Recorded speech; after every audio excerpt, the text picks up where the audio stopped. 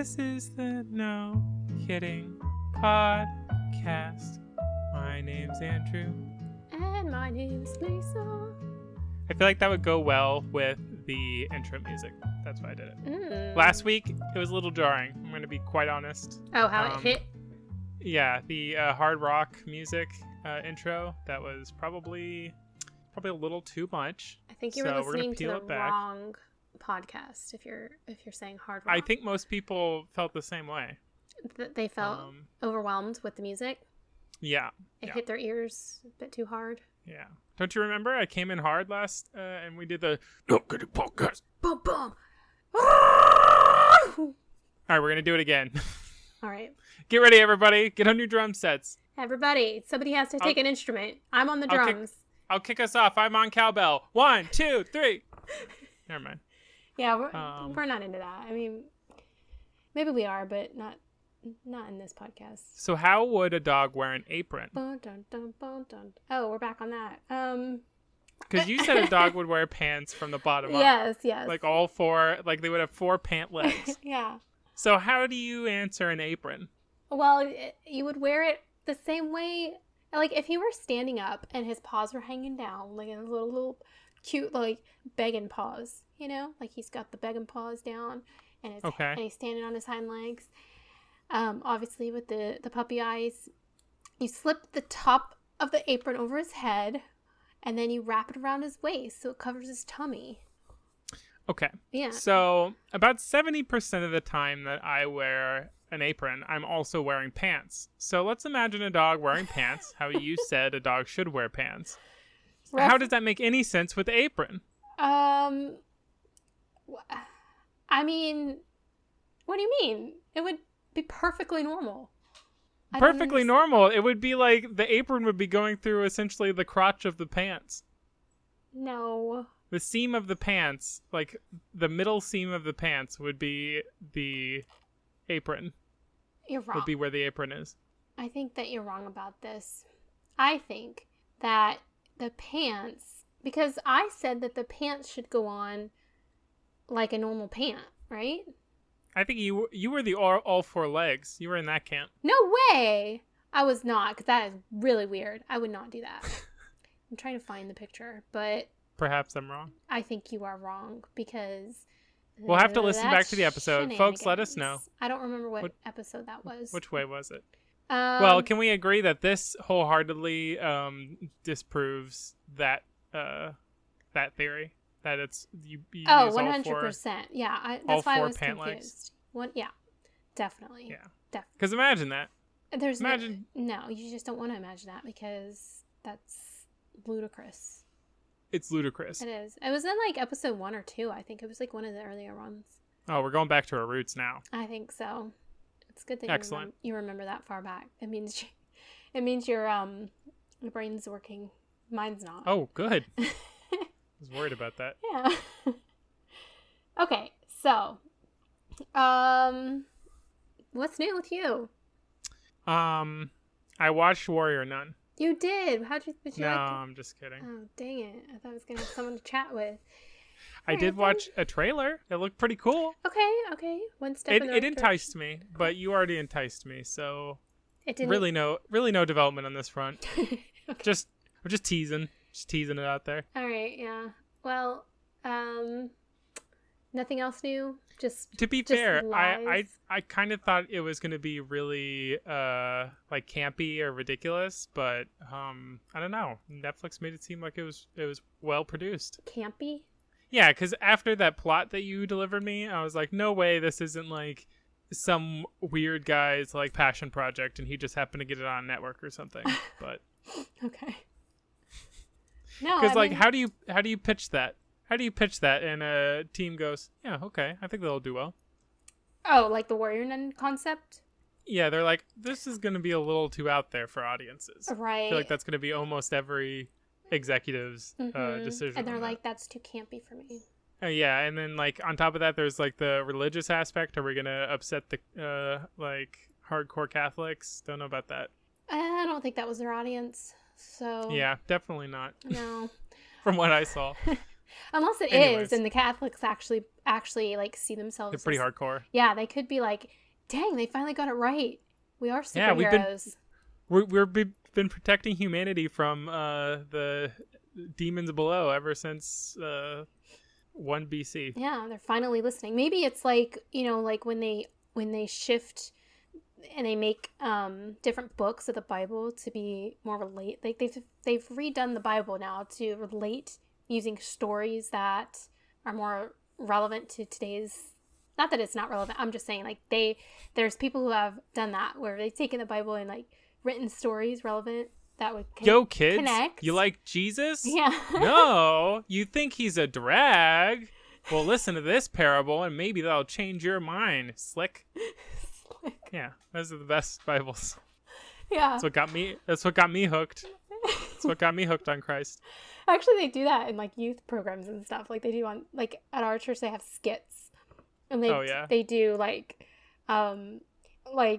so and so had a birthday party, and it was like this interaction at a birthday party, but it was a story that they read in the Bible. Anyway, so it's like that, and like Catholics just decided, oh, how can we get the younger generation on our side? I was like, let's do a Warrior Nun movie. Sold. Yep, I bet it really converted a lot of people. Now we know. Mm-hmm. Now we know how to reach audiences. Although their expectations might be a little exaggerated, campy.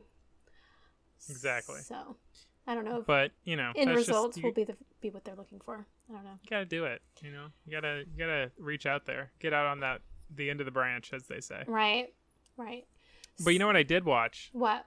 The rest of Avatar, and now I'm watching Legend of Korra. Where are you? How many episodes in are you? Of The Legend of Korra? Well, Avatar: The Last Airbender. You gotta start there. Oh, right. Yeah. It'd be interesting if you went the other way around. Yeah, I did not get into that yet. No, haven't done it. So we have nothing to talk about now, apparently. All right, podcast over. I'll see you later. Bye. Can't believe you. I can't believe you wouldn't sacrifice a little bit of your time for this podcast. Don't to ask watch me about that the Warrior movie? Nun. I'm sorry. I know. I actually totally forgot about it when we hung up. I was like, disengage. Mm-hmm. Yeah, it's a series, so. Right, and we're currently watching all of the Star Trek series.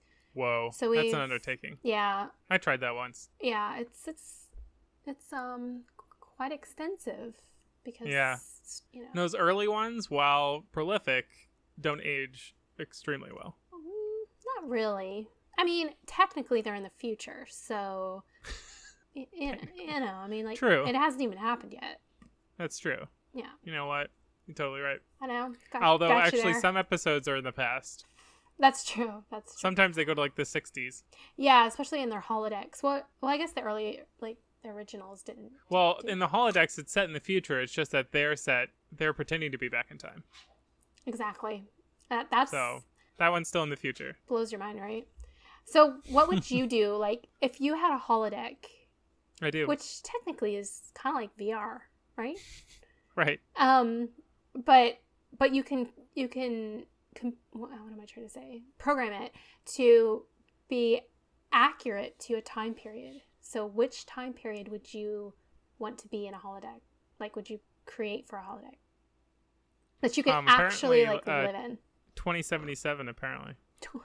You're going to the future. Because all I do is play Beat Saber. Oh, okay. You think they'll release Cyberpunk 2077 in VR? That'd be awesome. No.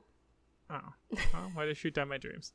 That's a great question. I'm going to assume you meant time periods that are past. No, I mean, I think because when you're programming it, you have to have already constructed data in order to input that information. I'll just get data to construct the data. Well, that's true. I guess if you had a artificial life form, you could ask him to sort of project what the future might be. But even he only has information from the past too. That's how, he's like a computer. So, I hear Oliver back there making his lunch. Yeah, I was gonna say, like, you could probably. We've really thrown the audience now. I'm gonna go ahead and keep referring to Oliver, and we'll just have a poll. See if anybody can guess who Oliver is. Oh yeah, because we were talking about it before we started. Yeah, hopefully, maybe by the end of this podcast, we'll put in enough like slips or hints for you to figure it out.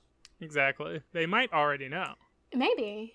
Especially if you follow me on any kind of social media, because I've posted. Well, that you heard you. We might have a guest on our podcast here in a minute. Getting a little vocal back here. Anyways. Oliver about to pop off? He's about to pop off. He's got something to say. He's got an opinion and he wants the world to hear it. That's right. You should probably go to another podcast. Nobody's listening to this one, dude. Sorry. I bet you didn't even rewatch McGee and Me. I tried. I did try. Really? Well, okay. No, I didn't try to, like, rewatch it, but I did try to find it in terms of, like, actually buying it and not in VHS, basically. Finding it digitally to watch. And I did not have any luck with that, so... No archivers out there digitally? No, well, the most they've done is converted to DVD. So you could pop it in your computer, maybe. Well, that is a digital format, so somebody has a digital copy of it out there somewhere. So I guess if you did, somebody should have... Yeah, but they're not selling it, so... Nobody's distributed it online. Yeah, which is a shame. I just realized I never answered your question. Which one? If I could live in any period of time, like forever? No, just a holodeck. I mean, you could go in, there, and then you leave whenever you want. You just say, computer, exit. So I assume I can't, like, make any discoveries because it's just a simulation of what I know. No, because it's a simulation of what history knows. So you wouldn't. Okay. You could find it.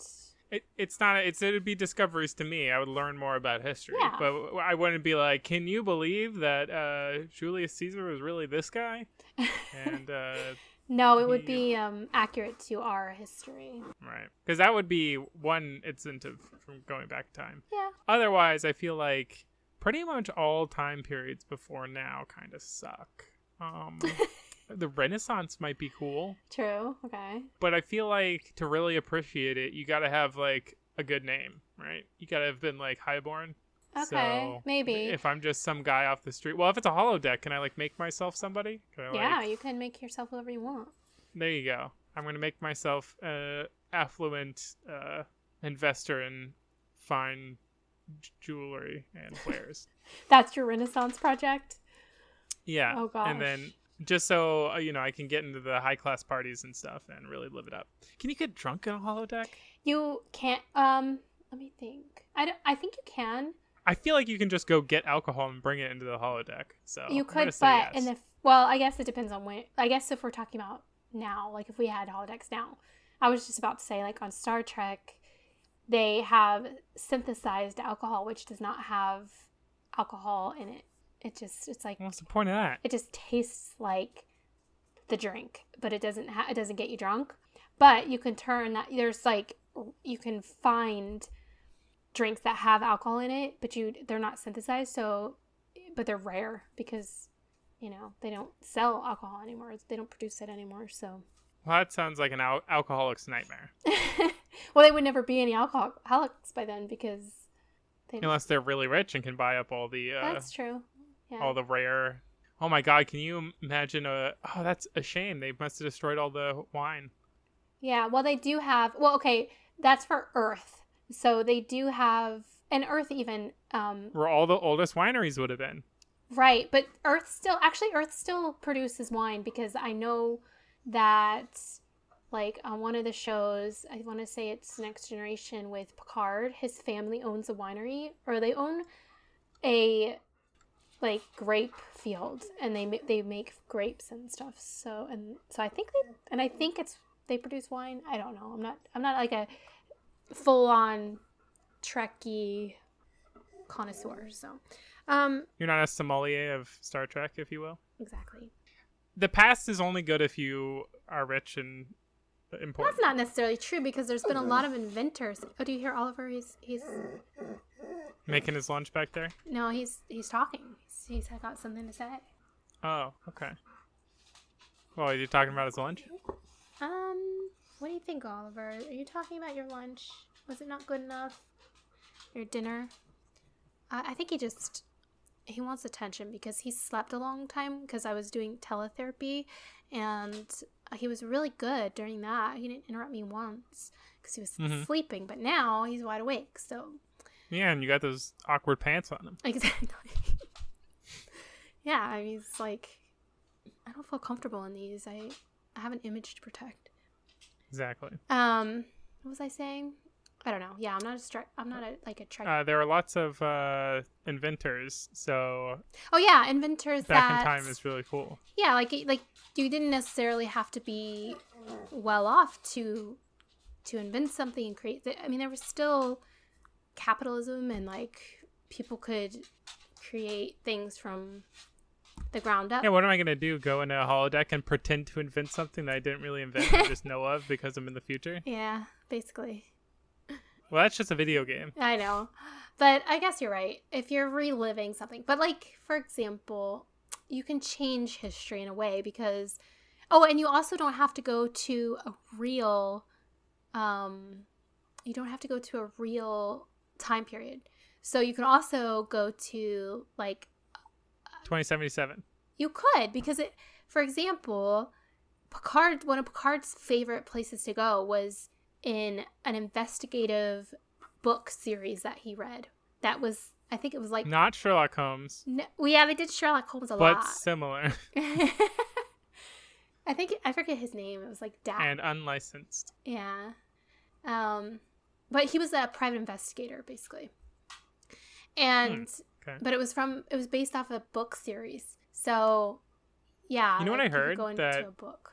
I forget the exact... I think the way that Sherlock Holmes is very, like, cold and calculating, I guess. Yeah. Is, like, how all media kind of portrays him that way. Is because that's the only version of him that is in public domain. Uh-huh. Like, essentially the estate of the author. Why can't I remember his name? Arthur Carlyle? Anyways. That they own the rights to the like more personable, warmer side of Sherlock Holmes that was written in later books. So if they can sue anybody that makes him like affable, like warm character. Oh, because it's not this. Because they own that version of his personality. So everybody that does a Sherlock Holmes character has to do like the cold, calculated like version of him. It's funny, or they have to get the rights from him. I just can't imagine. I can't imagine him being any other way because that's kind of what makes him unique. But the author of the Sherlock Holmes books was Sir Arthur Conan Doyle. Yes. Yeah. Arthur Conan Doyle. Yeah. He was a British author. I love Sherlock Holmes. I've already talked about it, but you should play a video game or something. Yeah, get in that holodeck. I should. No, I do have well, not all of them, but I do have Sherlock video games. It's basically the only video game I play. I think we've talked about that. Is that why you brought that up? Probably. Yeah. Yeah. But, you know, have you researched any other mystery games? Yeah, I mean, Nancy Drew, of course. Oh, there's this one game that, it's not really a mystery game, but it's a puzzle game, because I kind of like puzzle games. I tend to gravitate towards those, but, sort of mysteries in a way? Yeah, I guess. But I forget what it's called now, but they did have one that it won all these awards and stuff, but it was, and somebody probably will know this before I can find the answer, but it's basically like pictures, like super really nice. I don't even know why I said that. Super nice paintings and pictures and stuff, and somehow you put the pictures together and then it unlocks clues. Anyways, I was going to download that, but it costs, I think, like $5 for the game, and people said which is too much. Well, it's not. It wouldn't be if it was a full-blown game, but all the reviews I read, which a lot of them were like, this is an awesome game, but they beat it in like less than a half hour, and then that was it, and then there's like nothing else. So I'm like, okay, I don't know. It just seemed like a waste of my time. Like, it's $5 for 30-minute play, which I guess when you think about it isn't that bad, but apparently it's like a really good 30 minutes, but it's the best 30 minutes you've ever played $5 for. Yeah. Paid. So I was like, I don't know. And some people were like saying how it was way too easy in the like basically it's supposed to get harder and harder and harder. There's levels, but like the first 90% of the game is actually really easy. It's only the last 10% that is challenging and actually makes you like enjoy the challenge and overcome stuff. I don't know. So Right. I was like, I don't know if it's... I mean, if you think about it, you pay like $15 for an hour and 30 minutes of a movie. That's so. what I'm saying. Like, well, I mean, I don't even like doing that. Maybe I'm cheap. Maybe I'm just cheap. It's like, I'll stay home and watch Netflix. But, yeah. Have you ever played Antichamber? Antichamber? I don't think so. Have you ever played Portal? Yes. Okay. So do you like Portal? I liked it, but it was somebody else's game, so I never really fully played it. I played it for just a little bit. I like the concept, but I think I remember it was too challenging for me or something. I don't know. Well, at what stage did you start playing it? Because if you played it, if you're in the middle of the game and it's like, all right, go ahead. Oh, you know? Well, that because it ramps know. up the difficulty and you learn concepts as you go. So it's like, oh, I could do this with the portals. Oh, that could have been a part of the issue. I'm not sure which level it was, to be honest. So, but yeah, I mean, it seemed like a good concept. Were you in a bedroom at any point? Bedroom. Was there a bed? And was there music playing on a radio? I don't think so. Also, was it Portal 2 or Portal 1? I think it was Portal 2. Oh, well, okay. I don't know. Throws you off. But completely. Here, look at this. Oh yes, this does kind of feel like Portal for some reason. Because it's so basic, I think. So you just choose a color to see like, I don't think I would ever choose red. Is that weird? Certainly a personality trait. Is it? Okay. The most tenacious, infuriating obstacle you will face throughout the game is yourself. Wow, this is creepy. Yeah, this is the kind of game I would like for sure. It's kind of weird and creepy, right? It's weird and creepy, but it's also... It's like there's nothing creepy about it, but it's creepy. Yeah. You know what I mean? It's like so... There's an ambiance to it. I would say this is a game that nails an ambiance. Definitely. A very unique like art style, and just like while you're playing it, it feels very alien. Like you feel like you're in an alien world almost. Like just the way that like everything reacts around you, and like it's so confusing at every point in time. Yeah. Every time you figure something out and you go, oh, that you are shoved into a new area where you're like, what? Just when you think that you're starting to get somewhere. That could be really frustrating though. It's like trying to solve a puzzle that even the sight of the puzzle makes you go, huh? Like before you even start. Yeah, it's like, you see those puzzles at like Barnes & Noble or something where it's like a wood post with a ring on it and it's like, get the ring off or something. And then you're like, all right, I get the idea of these. Like there's some kind of trick to like slip this somewhere and then it like falls off. Yeah. But with these, it's like so many of the things it's like, what is this? What am I even looking at? Like sometimes like you'll turn a corner and you'll be like, huh? Like, it's so weird. It's hard to describe. So, we'll post that in social media. Yeah. It's a very like flat white with like very vibrant colors type of game, and it's just very interesting. If you like Portal, you'll probably like it a lot. I think it's worth a shot. Yeah, and there's some other cool... there's another one. It's called like The Fountain or The Lake or something. That's a very like chill, exploratory like puzzle game. You're like in nature, and there's like all these puzzles that you have to work out that like... Sometimes it comes down to like really unconventional things that you wouldn't have thought of, like the ability to solve puzzles by like using the shadows on the ground like, through like tree leaves and stuff, and like it's interesting.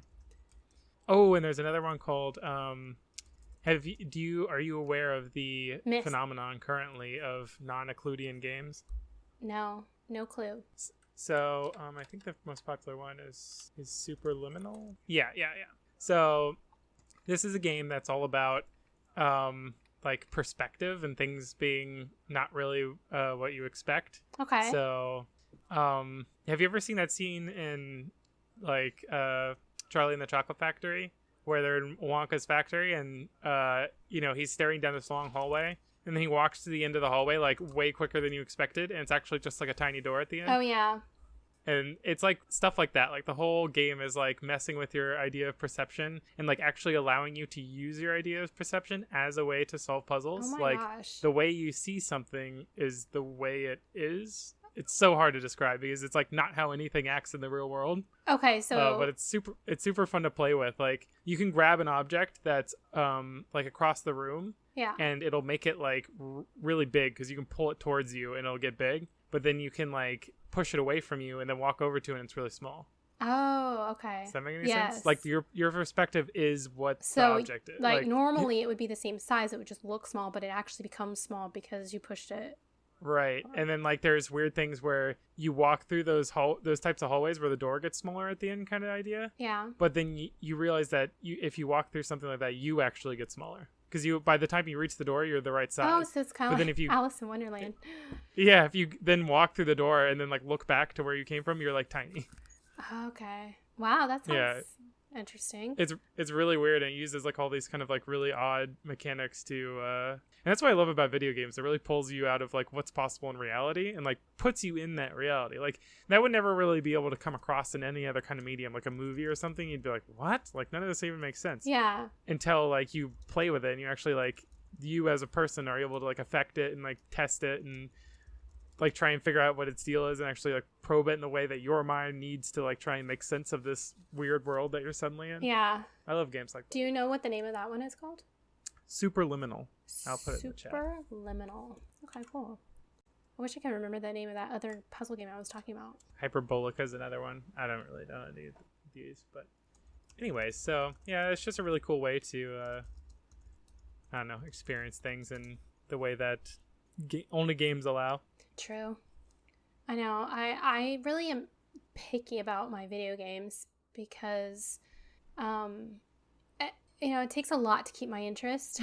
I get bored really easy or distracted really easy. I don't know. One of the two. Probably both.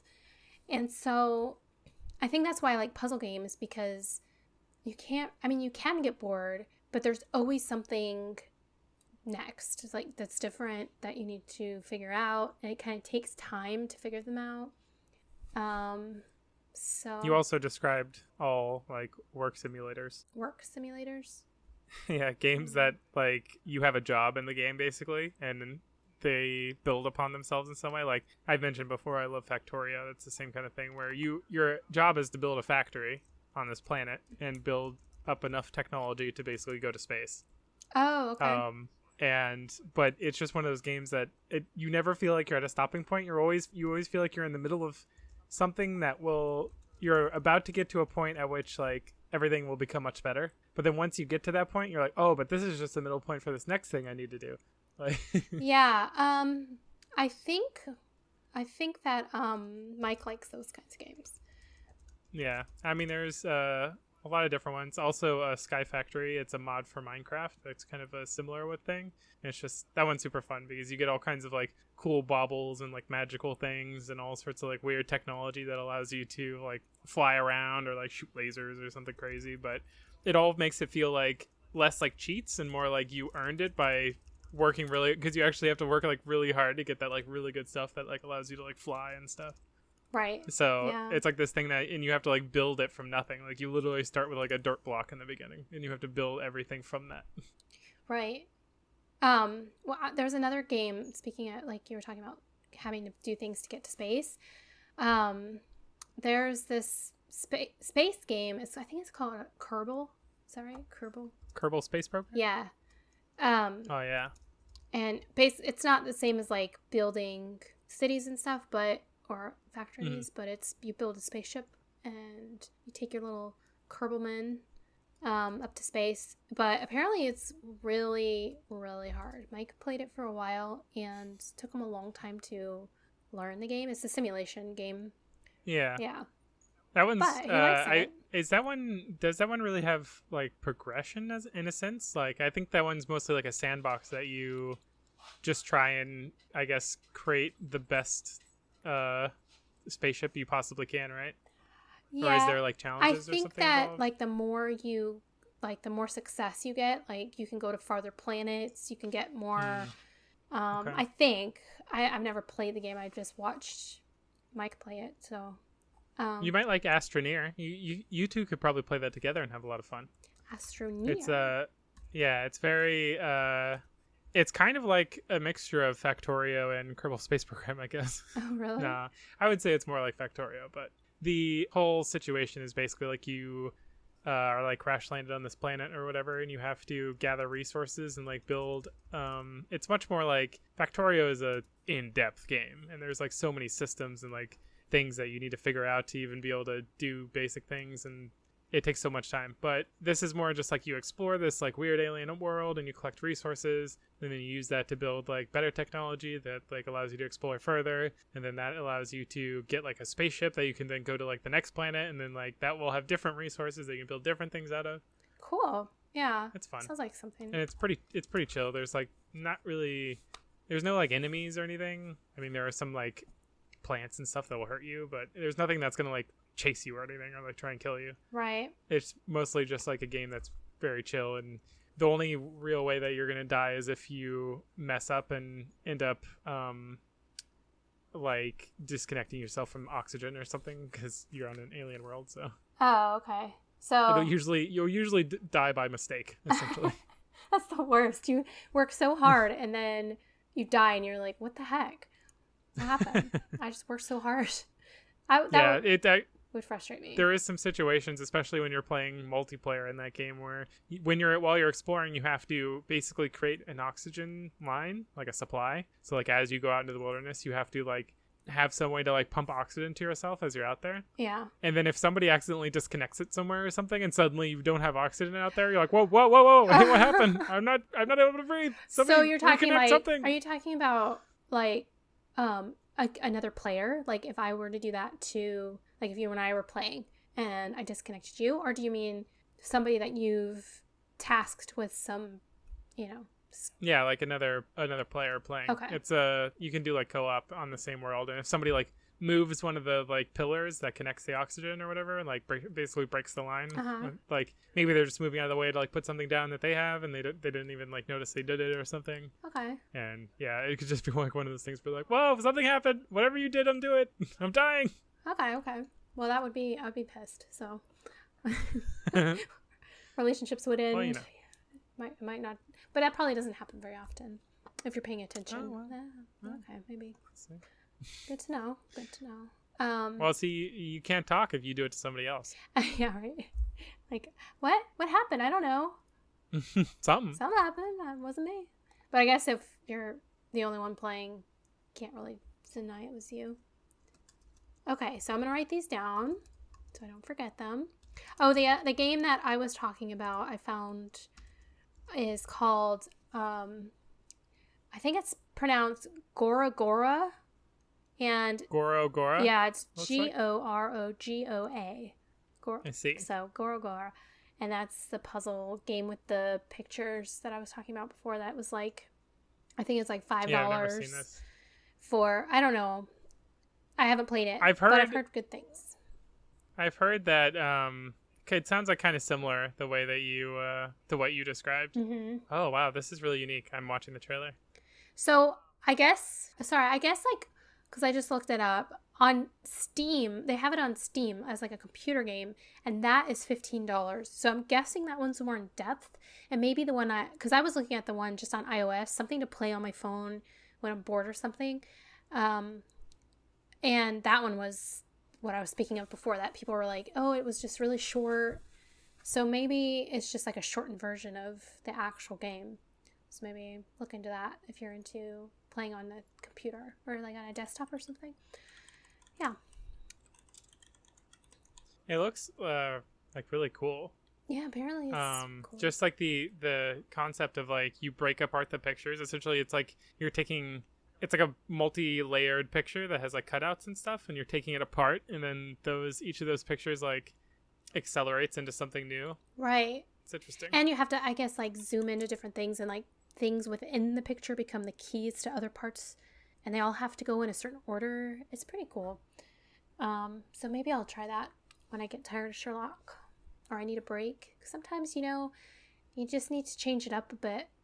I love how many like unique video games there are. I think the medium for video games just allows for like so much more creativity from artists. Like, have you ever heard of the I think the game's called The Outer Wilds. Okay. And it's basically a game that the whole premise of the video game is just that you're in a world that resets every let's see. Oh yeah, I see it here. It's every 22 minutes the solar system is stuck in a time loop and the sun goes supernova. Whoa. So essentially each game you play is only 22 minutes long, and you have a limited amount of time to like explore and find out as much about the like solar system you're in before it goes supernova. Okay, and then when it goes supernova, you have to start all over, or are you left with the same knowledge you had before and you can start from there? I mean, it doesn't actually come through the game and wipe your memory. I know, but I mean, like, you have to start over from scratch? It's in the same... Well, it puts you back to where you starting from scratch. But, I mean, obviously, using the knowledge you have... You can go faster. Presumably, yeah. And check out, like, different things. If you already know that you figured out, like, something in an area, I presume you can do something. What was that called? The Outer Wilds. I haven't played it, but I watched some stuff on it. I'm like, wow, that is really... fascinating of a concept. Yeah. Okay. So I don't know what else is. Gaming is such a great avenue for art. It is. Anyways, I mean, there's so many. Even with the, like you were saying, those the tabletop game, like you create your own board games. Was that the tabletop simulator? Yeah. Yeah, that's cool. Pretty cool. So yeah. I've been trying to get Mike to play more, like, board game. I mean, not really board games, but interactive games, I guess. So not on a computer, but on like a physical game. Not having the best luck. I think we've talked about how he will not play cards with me. I don't know what maybe he is traumatized at some point in his life about cards. I don't know. Cards are off the table. Maybe you have to start him on Tabletop Simulator. Like, look, it's a video game. And then just be like, oh, man, that's weird. The power cord to your computer is gone. Where did that go? I don't know. Well, I mean, I got an actual... It's weird. I got these pieces of paper, and they actually have the same marking. Maybe we could just do this on the kitchen table. I don't know. That would have to... I think you're onto something. That is genius. Just hope that he doesn't listen to this and figure it out. Because I got to get him addicted to it. Virtually, digitally, and then bring it live. Go IRL. I feel it. I can get along with that, I think. But I have to create it on tabletop first, which you keep telling me to do, but... I mean, there are ones that just allow you to, like, have a deck of cards. I mean, if it can be played with a standard deck of cards. Then yeah, it can. But don't you have to, like, put parameters and stuff like that? Like, I mean, you could make the game easier to play by putting parameters, like, so it's more fluid and stuff, but, I mean... Okay. You can... But you don't have to? Also... You could just get on there and play cards? Yeah, I mean, you could just get a deck of cards, and then you have to, like, draw each one individually, and you have to, like, just agree on what's going to be a win condition and stuff, because it's never going to be like, oh, yeah, you so-and-so won, because it doesn't know what you're playing. Okay. But you can play with the deck of cards just like you would at a table. Okay, I thought you had to... say, like, these are the rules, this is how it's set up. It gets funner and easier when you set up the rules correctly, but I get it. Okay, not necessary. Nice, very cool. Yeah. So and there's a huge community out there. Any game you are interested in playing, probably somebody made it. So that's true. When you think about the communities out there, do you ever get really overwhelmed? Sometimes I get really overwhelmed when I think about things. So, like, I think about, well, let's take the gaming industry, for example. So you have within your bubble certain games you play, certain types, you have, like, your likes, dislikes. So you're aware of a certain amount or whatever. But then you talk to somebody else, like this conversation now, and you find out there's this whole nother world of gaming out there. And then you talk to somebody else. And then eventually you realize the whole concept that there are billions and billions of people, not only people who have made successful games, people who have tried to make successful games. Like, the inner networks of the connections between people and games alone is just mind-blowing. So, like, just how the sheer number of people and diverse groups of people there are out there? Yeah. Like, not only do they make games in the United States, they make games in, other countries like Japan. And so, that reminds me, I watched a documentary. There's a show, I think it's on Netflix, And it's a series, so it's like not just one it's not a movie, it's it's a episodic, and it's about video games.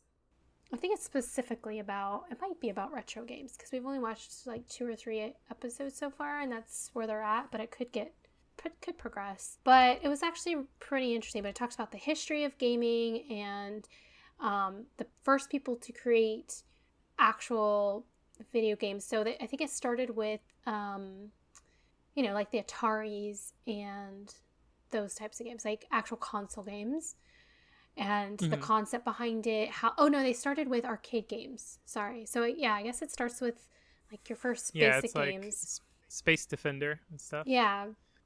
I think that was the first video game.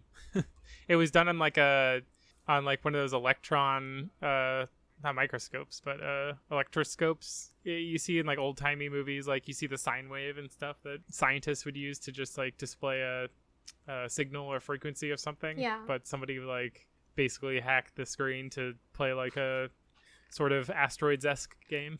Okay. Yeah. I think it was a group at MIT that originally developed that. It was, yeah, they were kids. And they kind of just created it as, I feel like that happens a lot. Like young people are just experimenting on stuff and come up with an idea, and then they take that idea. That's the key, is they take that idea and pretend like they have a clue of what it actually is and what it's going to accomplish, and like know that it's going to be popular. And then they just talk about it like it is that. And they talk about it like, yeah, I have this great idea, and they're super confident about it. And then people start to pay attention, and then companies actually start saying, you know what, I can see where you're going with this, let's buy into it. And then it becomes this huge thing. So Ralph Baer, I looked him up, he invented the Odyssey, and he was recently, I mean, he's kind of thought of as like the father of video games. And, right. Yeah, he came out with like the first home video game consoles and stuff. And that wasn't long after, those kinds of like stand-up arcade games that did the like Space Invaders and stuff like that. Right. There is also a episode on here that was talking about, the show is called High Score, by the way. I'm sure if you're into video games, you've probably seen it already, or at least you know of it. But there's also an episode on here that talks about people who developed things that was kind of like a pivotal thing that they developed or invented in the progression of the video game history, and they were never given credit for it, or they took that idea and then changed it or whatever, and then it became implemented into more well-known gaming systems like Nintendo and stuff like that. So that's kind of sad. I mean, I guess at the end of the day, the reason behind developing it isn't for the notoriety. It's more just because that's what you do. You're the engineer, you're creative, and you are innovative. But it still sucks that they're never known for that. Well, they are now because they're in a documentary, but but in a lot of ways, that probably happens a lot. I remember, but yeah, they weren't really made like rich or anything, right? Like their whole family is not benefiting from it. And hello, Starbuck. Welcome to the podcast. Hi. What do you have to say? Okay. Well, I don't agree with that. I think video games are pretty cool. I mean, I know that you get upset sometimes that your dad plays and plays and plays and just ignores you. Yep, she's very against the whole concept. I'm sure. She got really upset for this whole series we're doing here. But, I want to make a correction. Sure. It was Computer Space. That was the first, I guess, console type game. But the first video game, should have known, Pong. Did Computer Space become Space Invaders? No, but I assume that it influenced it. Oh, that was one of the things, was that the guys that we're talking about here, I don't know if it's the same guys you're talking about, that created the first games. Because these guys that I'm about to talk about, they became famous because they are, famous? I don't know if famous isn't the right word. The right word is successful. Because they saw a need within the arcade systems people started mastering the arcades. So they stopped making money because it used to take... No, they wouldn't have to play again. Right. If they never died. Well, they could play it with just one quarter. Like, they started getting faster. So, Yeah. and before they would, like, die, so they'd have to put in another quarter so that they could keep playing. So eventually they got to a point where, like, people were mastering it, so they stopped making money. So the people who owned these arcades they were like, well, look, we need to figure out a way to extend the game time. So they developed mods, and it was like the first mods to these games, and they created like the like, what's it called, that's right on the tip of my tongue, the parts that go inside of the game, the computer parts, what are they called? Like the chips? Yeah, the chips. There's like a whole like motherboard situation going on. Okay, I don't know what the name I'm thinking of is, but they created those tortilla chips. Yeah, that's it. Thank you.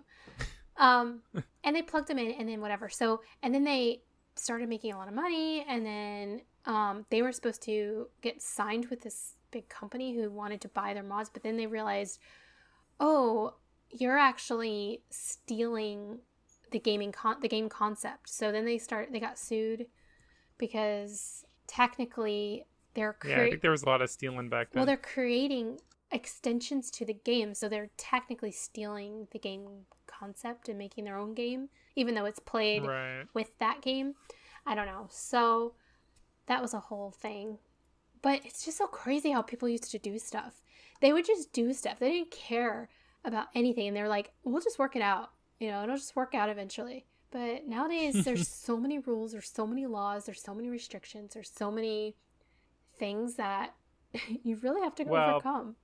Specifically, copyright's gotten pretty ridiculous. Oh, yeah. Yeah, it's pretty... And it's kind of like, you're never going to be the first person to come up with an idea. Like, nobody has. Like, I don't know. Disney is a huge example of people that have kind of wrecked the copyright laws. They stole almost everything that they made from fairy tales and works that came before them. Well, that's true. They've just improved upon them in a certain way. Speaking of Disney... Which is totally legitimate and awesome, and the whole reason copyright should eventually end. Yeah, I mean, it's one thing if it's, like, completely ripping off, but if you can take something that you're inspired by and improve upon it or create it in a way that's, like, completely unique, but still has some, like, an inspiring concept to it, I don't know. I feel like that's probably fine, but yeah, Disney's pretty hardcore with their own copyrights. Like, you can't do anything even remotely close to Disney. Yep. So, but speaking of Disney, I recently saw the new... I'm going to bleep out the D word, by the way. Oh, we can't even say the name? Bloop. Well, they'll know. It's slander. We've talked trash now. That's true. Speaking of Disney, well, two things about Disney. First of all, I watched the new Cinderella that I don't know how new it is. It was new to me. I opened up Disney Plus and I was like, hey there's a brand new Cinderella. Like a life. Hey there, hi there, ho there. Yeah. And he had a little bob. He did. He was like, yo, he showed me his hand. It was like a little white glove and oh, what's Cinderella? So you got on there. There was Sleeping Beauty. No, you're wrong. But we'll go with that. So it was a brand new one. Here's the thing that shocked me. And this might shock somebody else too. So I don't know. So. No. Yeah, maybe. One thing about Disney movies. What's the one common denominator in all Disney movies? The parents are dead. Okay. That does happen. Next. They're animated. Okay, this is not an animation. It's a live, yeah, it's a live adaptation. They sing. There it is. They sing. Okay, this movie, they did not sing the entire movie. That shocked me in a good way. Like, I was like... Oh, are you referring to Mulan? No, I'm talking about Cinderella. Oh, well, wait till you watch the Mulan remake. Do they not sing in Mulan either? Are they getting away? No. Are they going away with singing?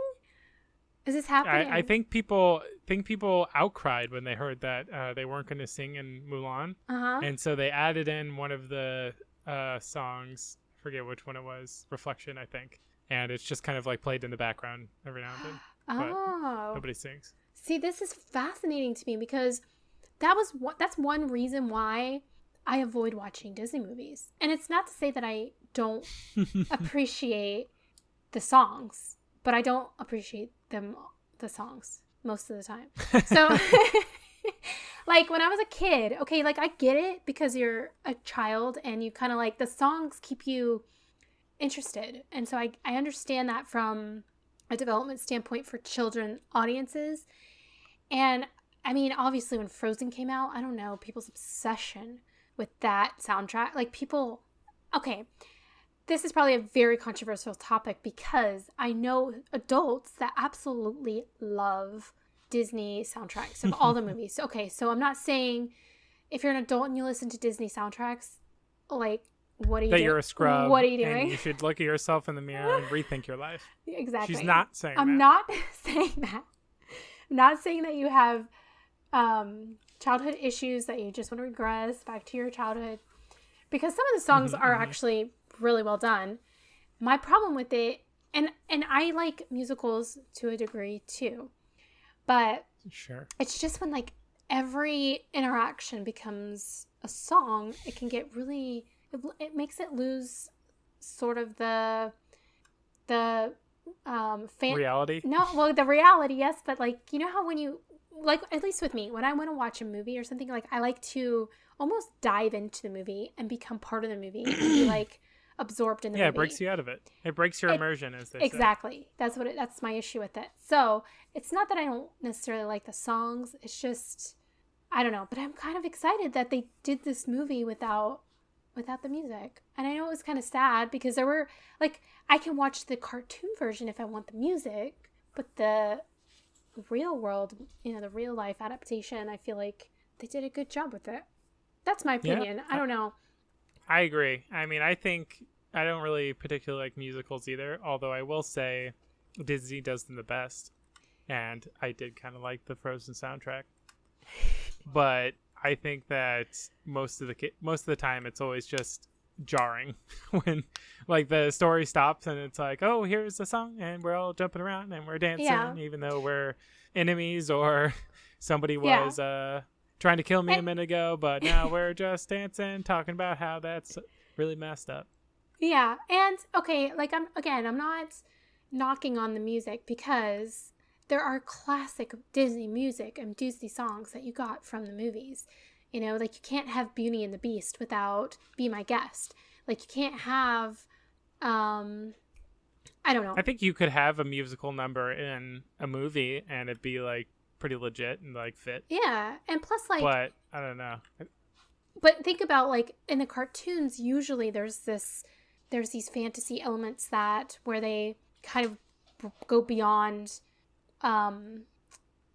like realism. So you can't like in Beauty and the Beast, for example, they're dancing around and they're floating and the dishes are like all over the place. And if you did all that without music, oh my gosh, that would just be awful. So it plays a part. This is bizarre. Yeah. That'd be really weird. So I'm just saying sometimes it's not I appreciate the music in those movies, but I tend to gravitate to watch something else usually because it's like I can't be in the mood to be singing every 5 minutes for a movie. I don't know. So I guess that's my point more than anything. But I do love the Disney music. It's just it can get a bit much sometimes. But and same with any other kind of music. What was that TV show called that was all about music? MTV. No, it was like a TV show musical. The Voice. No, but it was like that. It was like singing. It was like. Oh, are you talking about Glee? Yeah, Glee. Ugh, that's all I deciphered that one. That's all I gotta say about that show. Ugh. I could not. But it feels like they just come up with a bunch of like singing and dancing numbers, and they're like, all right, how do we like stitch this together with a story? Right. But I mean, I like musicals. Like, I probably like musicals more than you do. Like, we used to watch The Music Man. Have you ever seen The Music Man? That is like classic. So The Music Man. Oh, also Wizard of Oz, I guess technically is a musical. What else? Sound of Music. I think that's also kind of a musical because they sing quite a bit. Yeah, I can see that. And those are all great movies. It's kind of a classic. They're all great movies. But you just got to be in the mood, I guess, for a musical. I don't know. Exactly. You definitely have to be in the mood. Now I'm starting to convince myself that it's fine. But I don't know. Like, my opinion is still, it's nice to have a movie made by Disney, because Disney does really great movies that does not have that doesn't have music all the time. And I know Disney does lots of movies that don't have music in it, that aren't children-based. But, it was just nice to see an adaptation of the movie without the music. That's all. But part of me was like constantly waiting for it. I'm like, when's the music coming? When's the music coming? And so I think part of me was a little bit let down. But at the end, I really was like, you know what? Props to them for staying clear of the music. I don't know. I enjoyed it anyway. I really enjoyed it. And it was a risk for them to take. And I appreciated that they took that risk. They're willing to conceive of a movie that doesn't have at least an hour of singing. Yeah. Anyways, so that is probably enough content for this episode because... Wait, have you played Fall Guys? Oh, no, I haven't. But I've been hearing things about this. Wait a minute. Is this Fall Guys that I'm talking about? Okay, so today a patient of mine was talking to me about ESPN and Fall Guys. Was it Fall Guys? Sure. So they seem to go hand in hand. ESPN posted something on their Twitter about, I want to say it was Fall Guys. It was either Fall Guys or Fallout. It had Fall in the name.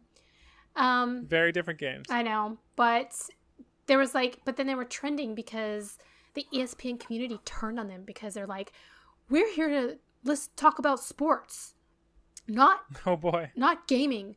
And they're like, yeah, but that's part of our e-game sports or whatever. And they're like, but all the sports guys were yelling at them saying, that's not sports. Give us back our sports. I don't know.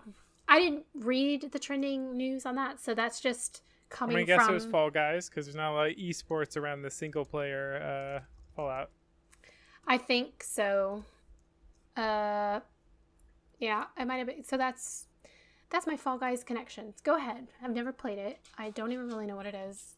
Do you want to dive into that? Go for it. Well, I was just going to say I hate it. Oh, okay, cool. It's the worst. But it's really popular, so I'm glad everybody...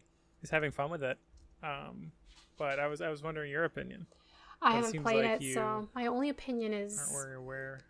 If you like it, play it. I mean, at this point, you just kind of got to buy it to be part of the club because apparently everyone in the world owns it. So no, I'm not into that. I'm not into buying things based on trends. So steer clear. I don't know. You might like it, but it's an interesting thing. It's an interesting thing. Okay.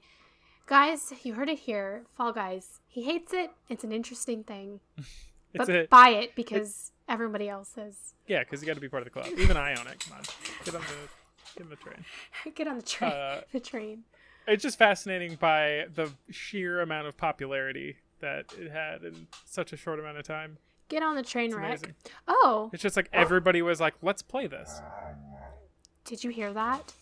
Yes. I'm being assaulted. Yes. Oh, well, we gotta go. He's so mad. We gotta go. We gotta go. He's gonna be... We gotta go or Oliver's gonna get you. He's gonna attack me and this is gonna become a very violent video. Oh, God. Stop. Okay. I think by now, the audience has deciphered that Oliver's a cat. And there you go. Da-da-da. You figured it out, everyone. If you were right, post on social media and say, I was right, I knew it. I deserve a cookie. Yeah, hashtag toxoplasmosis. That makes no sense. Oh, yes, it does. Never mind. And thanks for listening. Catch you on the flip side. Bye, cool. Fall Guys. Stay cool and be kind to everybody that you meet. Love you. Bye-bye. Bye.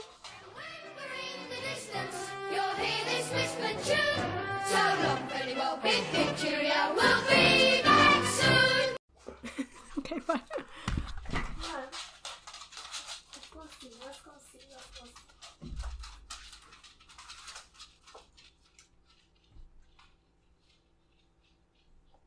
To be continued.